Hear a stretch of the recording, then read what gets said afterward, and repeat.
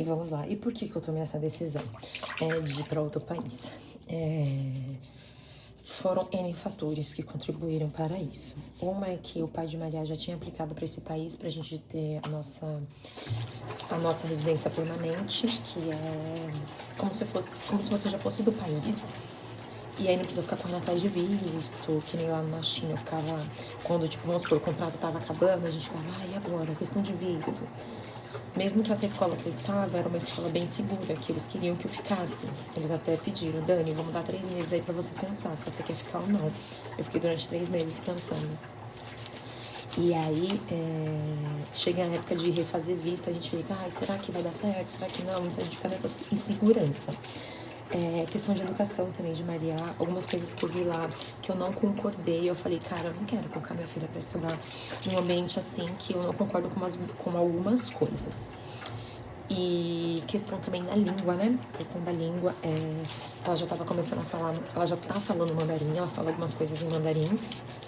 E eu não falo, eu entendo, mas eu não, a pronúncia pra mim ainda é difícil. Então eu falei, cara, se a gente continuar aqui, ela vai evoluir muito mais no mandarim e vai ter algumas coisas que ela vai querer conversar comigo e eu não vou entender.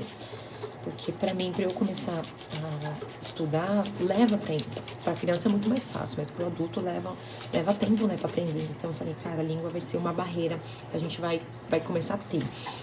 E também a distância, né? A China é muito longe do Brasil. Então, se eu quero vir passar um final de semana, um feriado, com a minha família, é muito longe, cara. 2 dias de viagem. Então, quando eu cheguei aqui, eu passei 2 semanas tentando me organizar com o fuso horário.